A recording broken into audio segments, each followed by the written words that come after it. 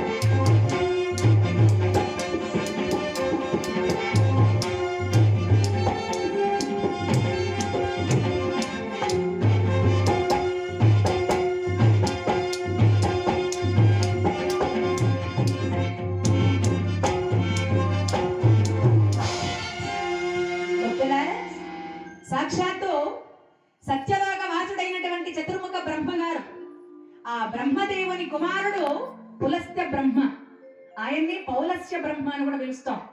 ఆ పులస్త్య బ్రహ్మ కుమారుడు విశ్రవసు బ్రహ్మ. ఆ విశ్రవసు బ్రహ్మకు ఒక రాక్షస కన్య కైకసి అనేటువంటి రాక్షసి కన్య, సుమాలిని అనేటువంటి రాక్షసరాజు కూతురు కైకసి. ఎంతటి మహానుభావుడైనా ఒక అమ్మాయిని చూసి పడిపోతాడట మగవాడు. అందుకే ప్రపంచంలో కోట్లు సంపాదించేవాడైనా సరే ఆడదాని అందం ముందు లొంగక తప్పదు అన్నారు. ఇది సృష్టిలో ఉన్నటువంటి దేవుడి దగ్గర నుంచి మానవుడి వరకు అందరిలో ఉన్నటువంటి పురుష లక్షణమేనండి. కాబట్టి బ్రాహ్మణోత్తముడైనటువంటి విశ్రవసు బ్రహ్మగారు రాక్షస కన్య అయినటువంటి కైకసి అందానికి పడిపోయాడు. మరి ఆ కైకసికి విశ్రవసు బ్రహ్మకు పుట్టినటువంటి వారు పెద్దవాడు దశకంఠ రావణాసురుడు, రెండోవాడు కుంభకర్ణుడు, మూడోవాడు విభీషణుడు, నాలుగోవాడు దూషణుడు, ఇక చివరిది ఒక ఆడబిడ్డ. ఆమె పేరు ఏమామె పేరు ఎవరు? అలెక్కేనా? ఆమె పేరే శూర్పణఖ. రావణాసురుని చెల్లెలు, బాగా రామాయణంలో పేరుగాంచినటువంటి తల్లి శూర్పణఖ. ఆమెనే మనం సుప్పనాతి అని కూడా అంటాం. పాపం అప్పుడు ఆ అమ్మ ఒకటే ఉండేది సుప్పనాతి, కానీ ఇప్పుడు ఊరికి ఊరు తయారైండారు. ఎవరు చూసిందా ఎట్లో? కాబట్టి మహత్తరమైనటువంటి సంతానం అనేటువంటిది గొప్పగా ఉన్నా అందులో ధర్మంగా పుట్టినటువంటి సంతానం ఒకడు మాత్రమే, విభీషణుడు. మిగిలిన వాళ్ళందరూ కూడా రాక్షస ప్రవృత్తులు కలిగినటువంటి పిల్లవాళ్ళు. అందులో పెద్దవాడు దశకంఠ రావణాసురుడు. ఈయనకి 10 తలలు ఉన్నాయండి. 10 తలలు కూడా 10 అహంకారాలకి మారు పేర్లు అవి. ఒక తలకాయ ఉంటేనే మనిషి తలెత్తి బ్రతుకుతుంటే వాడి అహంకారం మనం చూడలేం. అలాంటిది 10 తలకాయలు, 10 తలకాయలు 10 అహంకారాలకి పేరు. కామ, క్రోధ, మోహ, లోభ, మద, మత్సర, చిత్త, మనస్సు, శుద్ధ అహంకారము అనేటువంటి 10 లక్షణాలకి హేతువు ఈ రావణాసురుడి 10 తలలు కూడా. అలాంటి 10 తలలు కలిగినటువంటి రావణాసురుడు అంగరంగ వైభోగంగా లంకానగరాన్ని పరిపాలన చేస్తున్నాడండి. లంకానగరం ఎలా ఉంది? ఆ లంకానగరం వర్ణించడానికి నోటికి సరిపోదు, చూడ్డానికి కళ్ళకు సరిపోదు, మాట్లాడడానికి కావ్యం సరిపోదు. అంత అద్భుతంగా అలరారిపోతుంది లంకానగరం. ఎలా ఉందయ్యా అంటే షడ్యోజన విస్తీర్ణో శతయోజనమౌనత చతుర్చవిదూరా నవకోటి శివాలయః సప్త ప్రాకార వేష్టితో హరేణు రక్షతే అష్టద్వార పురంగా హరేణు రక్షతే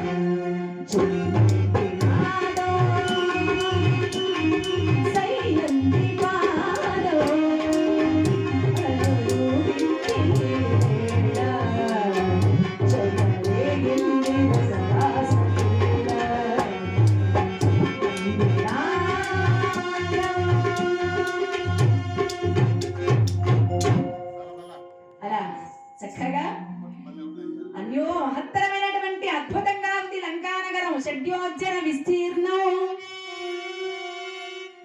100 యోజనాల చుట్టుకొలత 6 యోజనాల వెడల్పు 100 యోజనాల చుట్టుకొలత 4 లక్షల వీధులు 9 కోట్ల శివాలయాలు 7 ప్రాకారములు 8 ముఖద్వారములు కలిగి ఇంద్రభవనం కంటే మించిన అలరారిపోతుంది లంకానగరం.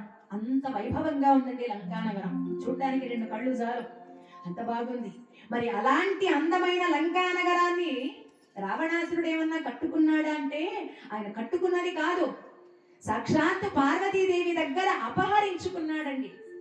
ఎలా అంటే ఇక్కడ కాస్త వెనక్కి వెళ్ళిపోదాం. ఎక్కడికి? నేను చెప్పింది స్టేజ్లో వెనక్కి కాదు, కథలో వెనక్కి. ఫ్లాష్ బ్యాక్, క్యాష్ బ్యాక్ కాదు. కథ కాకుండా క్యాష్ బ్యాక్ అడిగితే తరంతారు. ఫ్లాష్ బ్యాక్ అను తిరగల కదా. కాబట్టి ఎలా వచ్చింది లంకానగరం రావణాసురుడి కంటే, ఒకనాడు కైలాసగిరిలో రజతగిరి పైన సాయంకాల వేళ, ప్రదోష వేళ అంటే సాయంకాలం అయ్యిందంటే ముక్కోటి దేవతలందరూ కైలాసానికి చేరుకుంటారట. ఎందుకయ్యా అంటే సాయంకాల వేళల్లో పార్వతీ పరమేశ్వరుల ఆది దంపతులు శివతాండవం చేస్తారు. శివతాండవం చాలా అద్భుతంగా ఉంటుంది, చూడ్డానికి 2 కళ్ళు చాలు. అందుకే మన శివాలయానికి వెళ్ళాలి అంటే పొద్దున్న కన్నా సాయంకాలం వెళితే అప్పుడు శివలింగాన్ని దర్శనం చేసుకుంటే ముక్కోటి దేవతల్ని చూసిన, త్రిమూర్తుల్ని చూసిన ఫలితం వస్తుంది. సాయంకాల వేళల్లో ఆ చక్కగా రజతగిరి కొండపైన అంటే కైలాసం పైన అద్భుతంగా అంగరంగ వైభోగంగా నందీశ్వర, భృంగీశ్వర, చండీశ్వర, విఘ్నేశ్వర, కుమారస్వామి ఆదికాపుల ప్రమదగణాలు పరమేశ్వరుని కొలిచి స్తోత్రాలు చేస్తూ ఉంటే శివుడు మైమరచి అర్ధాంగి అయిన పార్వతిని ఆనందంతో, సకల కళా ఆది దంపతులు పార్వతీ పరమేశ్వరులండి. ఎందుకంటే శివుడికి పరమేశ్వరుడికి కూడా, పార్వతీదేవికి కూడా పోలిక అనేది ఉండదు. మీరు గమనించండి, పరమశివుడిలో ఏ ఒక్క చిన్న అలంకారం కూడా ఉండదు. ఒళ్ళంతా బూడిద పోసుకొని ఉంటాడు. పాపం బట్టలు లేకుండా ఏనుగు చర్మాన్ని కట్టుకొని ఉంటాడు. పోని మెడలో ఏమైనా ఒక చిన్న మంచి మణిహారం ఏమైనా వేసుకుంటాడా అంటే పాముల అలంకారాలు. మెడలో ఒక పాము, కంకణాల్లో ఒక పాము, చేతులకు పాము, వడ్డానానికి పాము, కాల్లో పాములు, అన్ని పాములే. ఇక చివరికి ఆ జుట్టు చూద్దామా అంటే మర్రి ఊడలా కట్టా అంతంత పొడవు పెంచుకొని ఉంటాడు. నిజానికి శివుడికి పార్వతికి అందమే ఉండదు, కానీ పార్వతీదేవి సాక్షాత్తు సౌందర్య లహరి. అంటే శంకరాచార్యుల వారు వర్ణించారు, ఎంత బాగుంటుందా అమ్మ, నవరత్న మణిమయ ఖచ్చితమైనటువంటి అనేకమైనటువంటి ఆభరణాలతో మెరిసిపోతూ ఉంటుంది ఆ తల్లి. ఆవిడ సౌందర్యాన్ని వర్ణించడానికి మానవ మాత్రులకు సాధ్యం కాదు. మనకు అమ్మవారి గుడికి వెళతాం, అమ్మవారికి చక్కగా చీరగట్టి అలంకారం చేస్తుంటారు, ఎంతసేపు చూసినా చూడాలని అనిపిస్తుంది. ఎందుకంటే ఆవిడకున్న సౌందర్యం అలాంటిది. అందుకే భగవంతుడి సౌందర్యం వేరు, అందం వేరండి.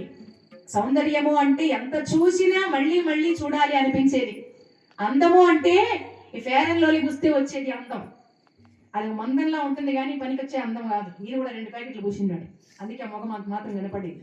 అంటే తిప్పి చూపించిన ఆయన ముఖం చూసిండారా? సర్లే. కాబట్టి సౌందర్య లహరి పార్వతి, ఆమెకు ఆయనకు పోలికే లేదు.